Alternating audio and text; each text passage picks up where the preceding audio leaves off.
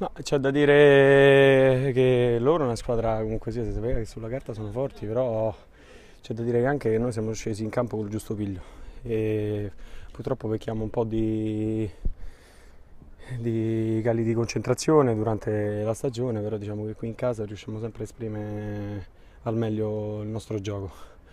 E loro a livello di singoli fortissimi vengono da una serie di risultati un po' negativi, però non c'è da scordarsi di quello che hanno fatto in precedenza. Se sono terzi un motivo c'è. Diciamo che noi quando vogliamo, che ci siamo tutti quanti diciamo, con la testa, riusciamo a esprimere un ottimo gioco che nonostante il campo sia piccolo marchiamo bene la nostra impronta e puntiamo a fare del nostro meglio, non si punta né a vincere il campionato adesso né a nulla, puntiamo